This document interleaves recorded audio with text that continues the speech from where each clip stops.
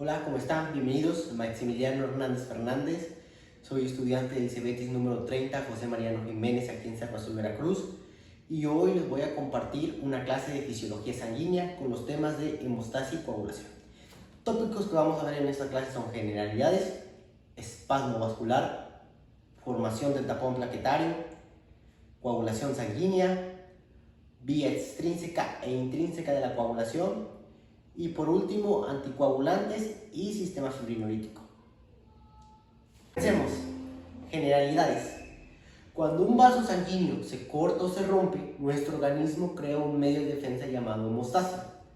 Hemostasia, que significa la prevención de la pérdida de sangre, y se llega a la hemostasia por varios mecanismos.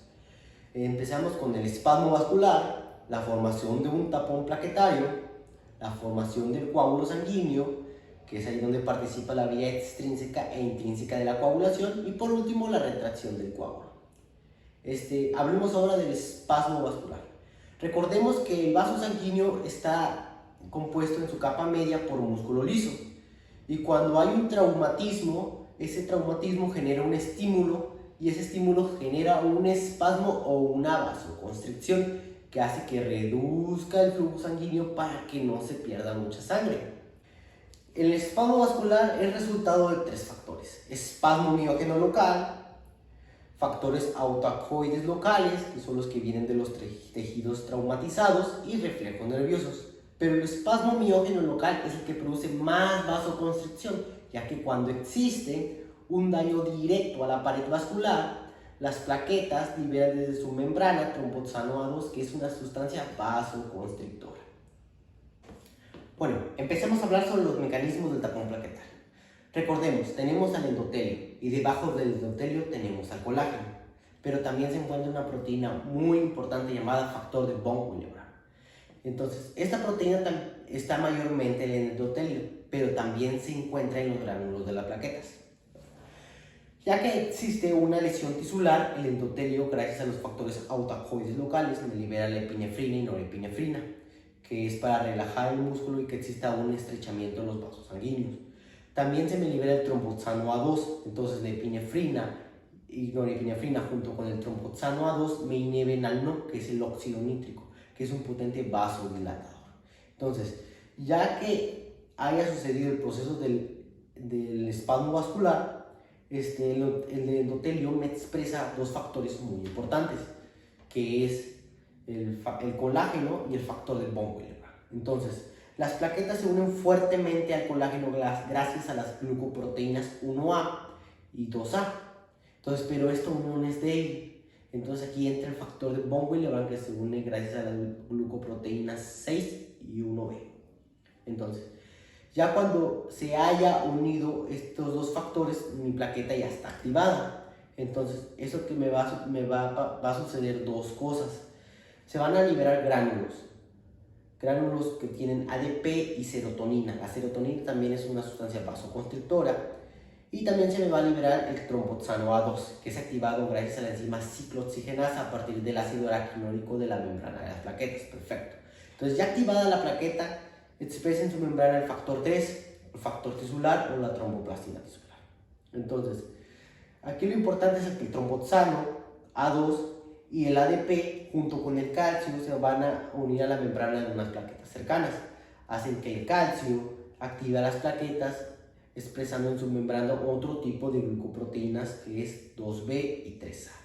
Que más acción del ADP y del tromboxano A2 empezarán a aceptar fibrinógeno para formar puentes uniendo las plaquetas entre sí y formando hebras de fibrina. El taponamiento plaquetario es muy importante para cerrar los hoyos vasculares pequeños, entonces que cada día se rompen. Bueno, hablemos ahora sobre la coagulación sanguínea.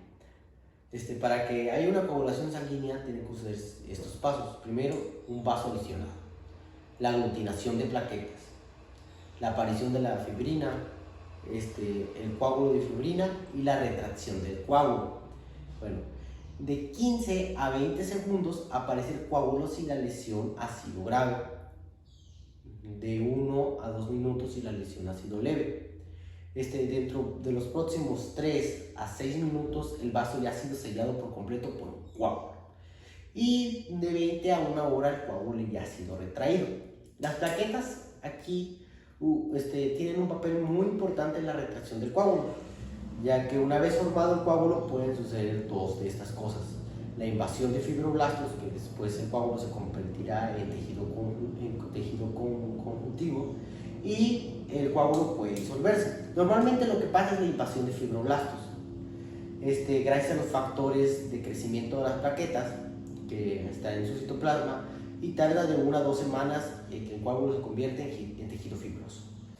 En la sangre hay varias sustancias que afectan a la coagulación, sustancias que la estimulan, que son los procoagulantes, y sustancias que la inhiben, que son los anticoagulantes. Normalmente en la sangre predominan los anticoagulantes, pero cuando hay una lesión, predominan los procoagulantes que inhiben a los anticoagulantes para así formar el famoso taponamiento por el coágulo sanguíneo.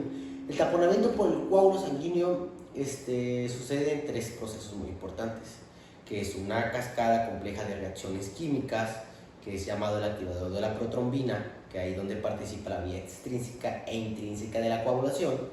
Entonces el activador de la protrombina, en segundo, cataliza el paso de la protrombina en trombina. Y por último, la trombina actúa como enzima para que el fibrinógeno pase fibras de fibrina, atrapando en su red a células sanguíneas, plasma y plaquetas. Bueno, la conversión de la protrombina en trombina. Cuando hay un daño endotelial, primero se forma el activador de la protrombina, que es la cascada compleja que veremos más adelante, que activa la protrombina en trombina, que junto con el calcio actúa sobre el fibrinógeno para convertirlo en fibras de fibrina. Veamos que la protrombina se forma en el hígado y se necesita vitamina K para su formación. Entonces, ¿qué es vitamina K dependiente? Como vimos, la trombina actúa sobre el fibrinógeno para formar fibras de fibrina y así formar el coágulo, pero este coágulo es débil y puede romperse. Entonces aquí aparece el factor estabilizador de la fibrina, o factor 13, que viene del citoplasma de las plaquetas de ese coágulo para así formar una malla de fibrina estable. Las plaquetas generan la contracción del coágulo, porque recuerden que en su citoplasma tienen esas proteínas contráctiles, que es actina, miosina y trombostenina, que ayudan a retraer el coágulo, contribuyendo aún así más a la hemostasia. La trombina, recuerden, esta trombina actúa sobre el fibrinógeno para convertirlo en fibras de fibrina, pero también activa las plaquetas. Aparte de activar las plaquetas, también activa a otros factores de la coagulación, que son los factores 5, 8. Entonces, también activa la propia protrombina para darlo en trombina. O sea, la trombina activa la protrombina, que da trombina, haciendo un control de retroalimentación positiva, haciendo que el coágulo crezca hasta que se deja de perder sangre. Mecanismos que inician la coagulación. El traumatismo en la pared vascular es lo que también es un factor importante que inicia la coagulación. Un traumatismo en la sangre, o importante el contacto de la sangre con células endoteliales dañadas o el colágeno. Cualquiera de estos factores conduce a la formación del activador de la protrombina, que convierte la protrombina en trombina. El activador de la protrombina se formará de 2 maneras, la vía extrínseca y la vía intrínseca, que tienen un solo propósito, que es activar el factor 10. Estas vías participarán una serie de proteínas plasmáticas llamadas factores de la coagulación, que se los pondré.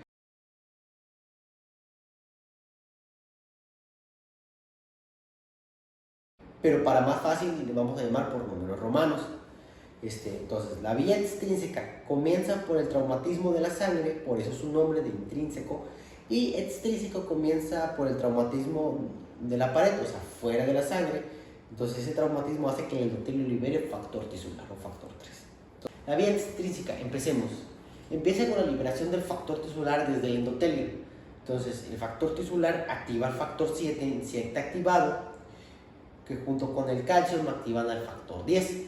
Entonces, eso sucede fuera en la pared, o sea, fuera de la sangre. La vía intrínseca inicia cuando la sangre contacta con el colágeno o con superficies cargadas negativamente. Entonces, el contacto con el colágeno, la sangre que contacta con el colágeno activa directamente al factor 12 en 2 activado. Entonces el factor 12 activa la precalicreína, que se convierte en calicreína, y junto con el quinógeno de alto peso molecular me van a activar el factor 11 en 11 activado. El factor 11 activado junto con el calcio me van a activar el factor 9. El 9 activado junto con el factor 8, que es activado por la protrombina, recuerden, mis fosfolípidos me van a pasar el factor 10 en factor 10 activado. Bueno, ya que ya haya sucedido, estos procesos en las diferentes vías se unen interactuando en una sola vía, que es llamada la vía común. En la vía común, el factor 10 junto con el factor 5 activado me van a activar a la protrombina en trombina. Entonces la trombina cataliza el paso del fibrinógeno en fibras de fibrina, liberando fibropéptidos A y B, que son marcadores de la coagulación. La fibrina estará como monómero y gracias al factor estabilizador de la fibrina, el factor 13, formarán enlaces cruzados, formando polímeros de fibrina, los cuales darán van a dar estabilidad a la malla de fibrina. La diferencia de las dos vías es que la vía extrínseca es explosiva y tarda 15 segundos en ser activada. Y la vía extrínseca es un poco más lenta, que tarda de 1 a 6 minutos. Hablemos ahora sobre los anticoagulantes y sistema fibrinolítico. Los anticoagulantes intravasculares. En un endotelio normal, en un vaso normal, para que la sangre no se coagule, cuenta con algunos factores. Uno de ellos es que la superficie del endotelio sea lisa, lo que evita la activación del sistema de coagulación intrínseco. También otro de los factores es que el endotelio presenta una capa de glucocáliz. Esta capa de hidratos de carbono presenta una carga negativa, lo que repele a objetos con carga negativa, que son los factores de coagulación. También existe una proteína en la membrana endotelial llamada trombomodulina, que se une a la trombina retrasando el proceso de coagulación, y además de activar una proteína C plasmática que directamente inhibe a los factores 5 y 8 de la coagulación. Los anticoagulantes sanguíneos, en su vez, tienen una diferente función, que es eliminar la trombina de la sangre. Los más poderosos son las propias fibras de fibrina. Son los que fueron formadas en el coágulo. De hecho, el 85 al 90% de la trombina formada por la protrombina es absorbida por las propias fibras de fibrina. El restante de la trombina que no fue absorbida se combina con una globulina llamada antitrombina 3, que inactiva a la propia trombina. Este complejo es potenciado por la heparina. La heparina es un potente anticoagulante, pero la concentración en la sangre es muy baja. Entonces la heparina tiene pocas propiedades anticoagulantes, pero cuando se combina con la antitrombina, hace que la antitrombina se potencie de 100 a 1000 veces su eficacia. Este complejo, además de eliminar a la trombina, elimina los factores 12, 11, 10 y 9 activados. La heparina, como vimos, es liberada por los mastocitos y basófilos. Los mastocitos y basófilos son muy abundantes en los órganos del hígado y pulmones, que son los que reciben varios coágulos embólicos venosos, y libera la heparina así para que el crecimiento del coágulo no lo llegue a afectar. Bueno, ahora hablemos sobre los procesos fibrinolíticos. En la membrana del coágulo se encuentra una proteína llamada plasminógeno. El plasminógeno es la proteína que se acumula en el coágulo. La activación del plasminógeno se da por la liberación de sustancias desde los tejidos dañados. Por ejemplo, el activador del plasminógeno tisular, que es el TPA, el factor 12 activado, quininas, calicreínas, uroquinasa. La plasmina permite la degradación de la fibrina en productos de degradación de fibrina, que son PDF, productos de degradación de fibrina, disminuyendo el tamaño del coágulo y facilitando su dilución posteriormente. Cuando hay un exceso de plasmina, se degrada también el fibrinógeno, generando productos de degradación de fibrinógeno. Ya una vez que la plasmina actúa sobre el coágulo, pues deja productos de degradación de fibrina, pero también dejan dímeros D, que sirven para diagnosticar diferentes enfermedades como la trombosis venosa profunda o el embolismo pulmonar. Y por último tenemos los mecanismos de depuración hepática de factores de coagulación activados. La mantención de un adecuado flujo sanguíneo permite que los factores activados sean diluidos y retraídos de la circulación y metabolizados por el hígado. De bibliografía utilicé el Tratado de Fisiología Huyton Hall, número 13 de edición, y muchas gracias. Esto ha sido todo. Un fuerte abrazo.